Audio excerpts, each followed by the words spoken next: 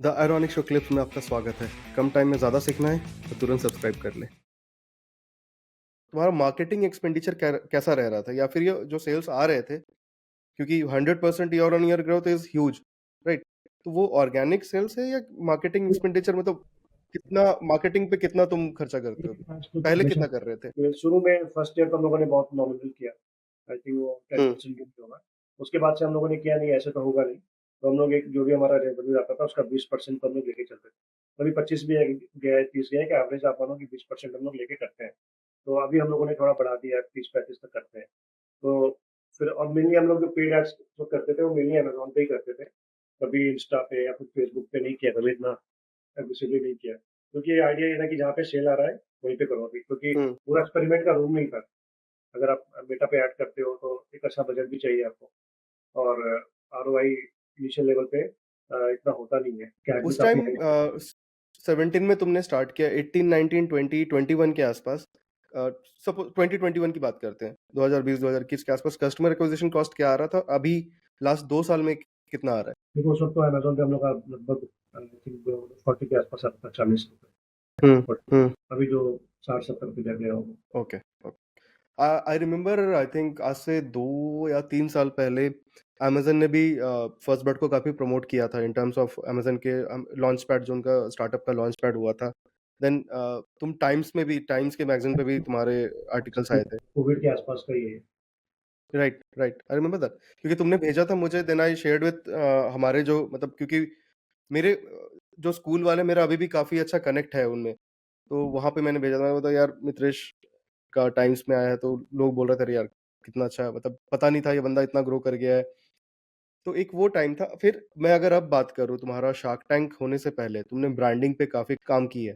मतलब मैं भी उसमें थोड़ा-मोड़ा इन्वॉल्व था, जो मेरे सजेशंस हो सकते थे, मैंने भी काफ़ी तुम्हारे साथ टाइम बिताया है। ऑब्वियसली मैं ये नहीं कह रहा कि मेरा कुछ आइडिया था, बट मैंने सीखा भी उससे, मुझे भी शायद आगे जाके हेल्प करेगा। बट ब्रांडिंग अब तुम्हें कितना लगता है कि शार्क टैंक से पहले, जब तुम शार्क टैंक जाने की कोशिश कर रहे थे, और उससे पहले जब 17, 18, 19, 20 का जो टाइम था, तब के तुम्हारे ब्रांडिंग में और अब के ब्रांडिंग में कितना फ़र्क है, या फिर अभी ब्रांडिंग का कितना इम्पोर्टेंस हो गया तुम्हारे लिए? ब्रांडिंग का इम्पोर्टेंस ना हमेशा से था। लेकिन इनिशियली क्या हुआ कि जब हम लोग स्टार्ट कर रहे थे, कभी ध्यान नहीं दिया उस डायरेक्शन में ठीक से। हुँ, इन द सेंस कि अलग-अलग कैटेगरीज़ है हमारी, टीज़ है, स्पाइसेस है। तो उस वक़्त ये था कि चलो ठीक है, ये डिज़ाइन अच्छा लगा, ये बना लो। कभी एक प्रॉपर ब्रांड का टाइम नहीं किया। ब्रांड में यूनिफ़ॉर्मिटी नहीं था, मिसिंग था। तो ये पता था काफ़ी टाइम से कि यार ये ना हुँ, इसको चेंज करना है। लेकिन हम लोग चेंज इसलिए भी नहीं कर रहे थे, हम लोग रिस्क लेना नहीं चाह रहे थे कि जो बिक रहा है फिर ऐसा नहीं नहीं हो, कंज्यूमर को नया ब्रांडिंग समझ के ना फिर वो लेना। क्योंकि ये भी रिस्क होता राइट। है मार्केट प्लेसेस में। लेकिन फाइनली बहुत जब ज़्यादा। मतलब ऐसा टाइम आया कि लगा नहीं, नहीं अब चेंज करना है, इसको सही करो। तो ये शार्क टैंक से पहले ही चेंज किया सारा मैंने। तो ब्रांडिंग का बहुत इम्पोर्टेंस रोल है। मैंने लोगों का भी लोगों को सब कुछ पता ब्रांडिंग है। चेंज, मतलब चेंज करने का कोई पर्टिकुलर रीज़न था? कुछ सोच के तुमने चेंज किया? रीज़न ये था कि एक तो काफ़ी टाइम से माइंड में भी था कि नहीं, एक यूनिफ़ॉर्मिटी हुँ, मिसिंग है। क्योंकि रीज़न क्या होता है, जब एक ब्रांड में यूनिफ़ॉर्मिटी होता है, तो कंज्यूमर के माइंड में ना जल्दी वो परसेप्शन आता है ब्रांड का। आपको एक ब्रांड का रिकॉल आएगा। ठीक ठीक है, इनके मतलब ब्रांड कलर्स ये है, ब्रांडिंग ऐसा है, हुँ, हुँ, पैकेजिंग हुँ, ऐसा है। जब सब कुछ अलग है, वो थोड़ा मुश्किल होता है हमें भी फीड करने में। तो कहीं न कहीं ये इनडायरेक्टली सेल्स में भी हेल्प करता है और थोड़ा पोजिशनिंग में भी। राइट।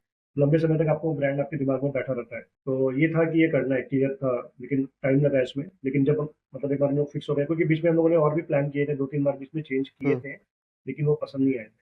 तो फाइनली जब यहाँ पे लगा कि नहीं अब बिल्कुल सही टाइम है, हम लोगों ने किया। जब तुमने आंटी को इन्वॉल्व किया बिज़नेस में, मतलब ये आइडिया किसका था? तुम्हारा था, या कुछ मतलब सोच के आंटी आंटी को को इन्वॉल्व इन्वॉल्व किया करने के कि रीज़न्स मतलब और 2 थे बेसिकली। एक तो जब गौरव गए, तो प्राइवेट लिमिटेड में आपको एक डायरेक्टर और चाहिए होता है, हाँ। तो वहाँ पे मम्मी को ऐड करना था। सेकेंडली एडिशन से पहले ना मम्मी के 2 प्रोडक्ट थे ऐसे। एक तो पिकल्स, क्योंकि पिकल्स तो बनता ही था हर साल घर में। तो पहले साल जब हम लोगों ने लिस्ट किया था अमेज़न पे, उस साल 150 या 200 किलो अप्रॉक्स बने थे। तो हुँ, बस चेक करना था कि यार लिस्ट करके देखते हैं बिकता है या नहीं बिकता है। और फिर ऐसे ही चाय मसाला बनाया मम्मी ने घर में, वो भी लिस्ट किया हम लोगों ने। तो ये 2 एसकेयू तो आ गए थे, जिसमें इन दोनों का सेल काफ़ी अच्छा होने लगा था। मतलब इनकी मूवमेंट शुरू हो गया। तो क्या होता है कि जब कोई प्रोडक्ट इनिशियल डेज़ में अगर निकलना शुरू हो जाए और हुँ, थोड़े अच्छे हुँ, के रिव्यूज़ आते हैं, तो पता लग जाता है कि यार सही है, थोड़ा इस पे हम लोग कर सकते हैं। तो जैसे ही नया सीज़न आया अगला, हम लोगों ने उस पे थोड़ा और ज़्यादा ग्रो किया। 200 से सीधा 1000 किलो तक बनाया, तो वो भी अच्छा गया। तब पता लगा चलो अगले साल और बनाना है।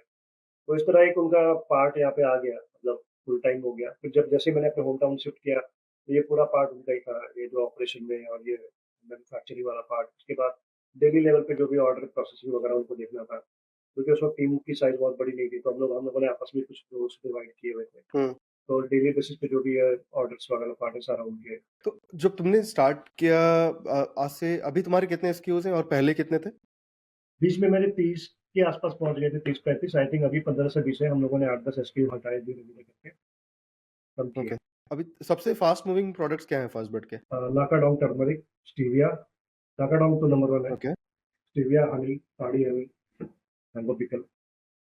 ये मतलब अगर बहुत ही एक जेनेरिक बहुत ही एक कॉमन इंडियन हाउसहोल्ड क्योंकि ये जो मसाले खरीदने का जो डिसीजन होता है नॉर्मली मतलब मैं कोई सेक्सिस्ट या कोई ऐसा कमेंट पास नहीं कर रहा हूँ बट नॉर्मली जो घर की लेडीज होती है वो डिसाइड करती हैं कि ये मुझे ये हल्दी लेना है ये मसाला लेना है तो ये लैकाडोंग सिलेक्ट करने का जो फर्स्ट बट का लैकाडोंग है व्हाई लोग क्यों सिलेक्ट कर रहे हैं मतलब फर्स्ट बट के लैकाडोंग को ओवर में बी एमडीएच या जो कि मतलब ऑफ द शेल्फ हर जगह हर डीमार्ट हो या किसी भी स्टोर हो छोटा से छोटा किराना स्टोर कहीं भी दिखता है हमारा एक चीज़ क्लियर था कि हमें क्वालिटी में खेलना है, तो हम प्राइस वॉर नहीं करेंगे।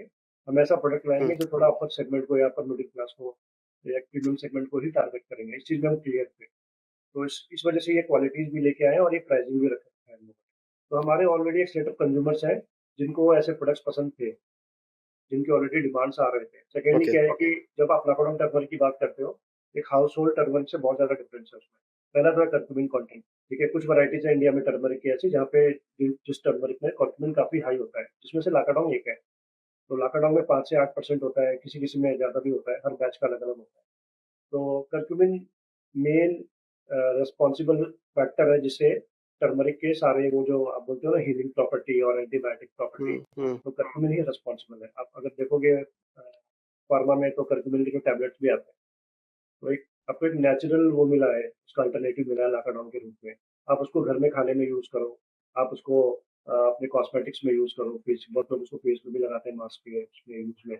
तो आप कर सकते हो और सेकंड ये है कि यूसेज है। अगर आपका नॉर्मल टर्मरिक फॉर एग्ज़ाम्पल 1 महीने चलता है, तो ये 1.5 से 2 महीने चलेगा, ये भी है। तो यहाँ पे कोई डिफरेंस है, ये लॉन्ग लास्टिंग है। मतलब मैं हमेशा से सोचता हूँ कि जैसे तुम्हारे जो जितने भी ग्रीन टी हैं तुलसी टी हो गया स्लिम टी हो गया डिटॉक्स टी हो गया ना अगर मैं मार्केट में जाऊं जितने भी तरह के ऑर्गेनिक टीज आते हैं आजकल जितने भी चाय आते हैं ऑर्गेनिक सबके जो बॉक्स का साइज है या फिर जो बॉक्स का शेप है इट्स सेम वो सिलिंड्रिकल शेप का सबका बॉक्स है right it's just about the branding right तो आज एक बंदा मैं अगर मतलब बहुत ही एक जो हर जगह दिखता है फैब इंडिया के साथ जो ऑर्गेनिक इंडिया की टीज वगैरह बहुत चलती हैं मैं भी पहले यूज करता था तो why would someone prefer first bud over organic India मतलब वो तुमने कंपटीशन किल करने के लिए क्या किया क्योंकि ये इतनी बड़ी एक ब्रांड है तुम एक स्टार्टअप हो एक बूटस्ट्रैप्ड स्टार्टअप थे तो वो मार्केट शेयर लेने में कितनी मेहनत लगी और उसके लिए तो क्या हम किया लोगों ने क्या किया इनिशियली जब हम लोग आए थे, तो जो भी कमर्शियल ब्रांड्स हैं, अवेलेबल थे ऑनलाइन पे या फिर ये थे, तो हम लोगों ने मेनली कभी उनसे प्राइस में कॉम्पीट नहीं किया उस वक़्त। हम्म जैसे आप जो जिस चीज़ की बात कर रहे हैं, तो अगर आप डिफरेंस भी देखोगे, अगर आपने टी कंज़्यूम किया होगा फर्स्ट बट का, हम लोगों ने बोला है कि लूज़ लीफ टी है।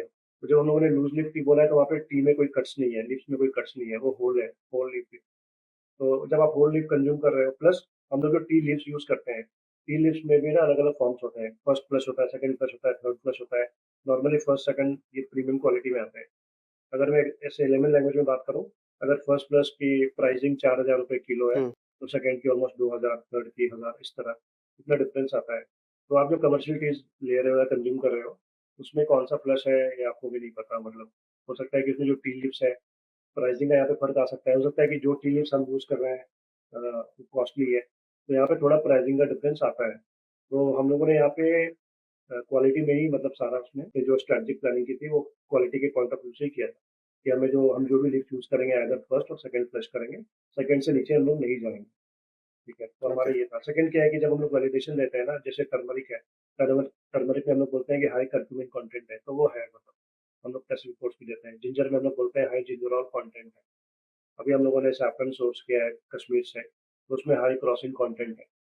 अगर मैं हनी की बात करूँ तो ऑल्दो इंडिया में मतलब ऐसा एनएमआर टेस्टिंग का इतना वो नहीं है, इंडिया के लिए ऐसे वो वैलिड भी नहीं है, लेकिन फिर भी कंज्यूमर के पॉइंट ऑफ व्यू से हम लोगों ने एनएमआर टेस्ट भी कराया हुआ है। तो हम लोगों ने कुछ ना कुछ एक वैलिडेशन रखा है कि चलो ठीक है, अगर आपको रिपोर्ट्स चाहिए, हमारे पास हुँ। रिपोर्ट्स हैं। तो हम लोगों ने उसपे मतलब क्लियर कट अपना एक वो बनाया हुआ है। क्लेम कर रहे हैं तो उसको हम लोग दिखा रहे हैं कि चलो अब जितने भी ऑर्गेनिक प्रोडक्ट्स की जितनी कम अब क्योंकि ऑर्गेनिक का सेल्स बहुत बढ़ रहा है, तो लोग धीरे-धीरे अपने जो नॉर्मल हम भी एज़ मतलब मिलेनियल्स या फिर जो लोग भी आजकल यूज़ कर रहे हैं, सिर्फ मिलेनियल्स नहीं, आई थिंक जो अब हमारे जो से एक बेसिक जनरेशन ऊपर पिकल्स भी है ना, है, अर्बन। पिकल्स में हमने किसके लिए बनाया? ये पिकल है घर हाँ। वाला। अब जो बड़े शहर में है, जिसके पास समय नहीं है कि वो दादी और हुँ, मम्मी के हुँ। हिसाब से बनाए, तो ये पिकल्स उनके लिए है। या आप उस टेस्ट को मतलब खाकर देखो, आप उसको मतलब फ़ील करो। तो हमारा मतलब कंज़्यूमर यहाँ पे डिफाइंड था और वही लोग लेते हैं मतलब मेनली, मोस्टली आप देखोगे तो। राइट। जो खुद से अपने घर में बना रहा है सीज़न में, वो क्यों लेगा हाँ। ये अचार? वो नहीं लेगा। तुम्हारा जो भी कंप्लीटली बिज़नेस मॉडल है, इट्स कंप्लीटली ऑनलाइन, राइट? तुम पूरे-पूरे ई-कॉमर्स पे ही हो। हुँ, फर्स्ट बट के अभी कोई स्टोर्स नहीं है, फिर कोई फिज़िकल किसी शॉप में प्रेज़ेंस नहीं है। हुँ। तो वहाँ पे तो क्या लगता है कि कुछ मार्केट शेयर शायद कम हो रहा है अगर तुम फिज़िकल प्रेज़ेंस में जाओ किसी शॉप में, अभी आप शेल्फ देखो में तो अगर प्रोडक्ट दिखे। देखो इसमें क्या है ना, अगर आप देखो तो अपॉर्च्युनिटी तो मेरे पास ज़्यादा है, क्योंकि मैं हुँ, बहुत लिमिटेड जगह हूँ अभी, तो अभी करने के लिए तो बहुत कुछ है। देखा जाए तो अभी ये राइट। मतलब पूरा एक रीस्टार्ट ही है मेरे लिए, खासकर शार्क टैंक के हुँ, बाद से। हुँ, तो अभी पहले तो यही है कि जहाँ-जहाँ ऑनलाइन नहीं है, फटाफट वहाँ पे जाके सब कुछ करना है। जिसमें हुँ, ई हुँ, कॉमर्स हुँ, भी था, वहाँ से भी अब हो रहा है धीरे-धीरे। और चाहे वो ग्लोबल मार्केट प्लेसेस है, उसको भी कवर करना है। ऑफलाइन का ऐसा है कि इनिशियल लेवल पे हम लोग बहुत ज़्यादा कैपिटल को फँसाना नहीं चाहते थे, क्योंकि जब भी आप नए ब्रांड आप किसी भी को भी अप्रोच करते हो डिस्ट्रीब्यूटर को, उनका ये होता है कि चलो ठीक है, मिलेगा तो बिकेगा तो पैसा देंगे। तो वहाँ पे ना वो पैसा डूबने का ज़्यादा डर होता है, और ये हुआ है इनिशियली हम लोग के साथ, हमने ट्राई किया था। तो उस वक़्त हम लोग उस ज़ोन में नहीं थे कि हम लोग कुछ 5-10 लाख रुपए में फँसा पाएँ। हम लोगों ने वो किया नहीं इसलिए, क्योंकि ऑनलाइन में थोड़ा सेफ था कि चलो ठीक है, 7 डेज़ या 10 डेज़ में पैसे आ जाते हैं। हुँ। तो अब ये सारा जो ऑफ़लाइन वाला है, इसको भी बहुत ही कैलकुलेटिवली करेंगे। तो ये पार्ट हमारा मतलब पेंडिंग है, और अभी हमने फंड रेज़ किया है, उसका पार्ट भी हमें करना ही है, इसकी ज़रूरी नहीं है। अगर आपको ये क्लिप अच्छा लगा, तो इस चैनल के बाकी क्लिप्स को भी ज़रूर देखें और सीखते रहें।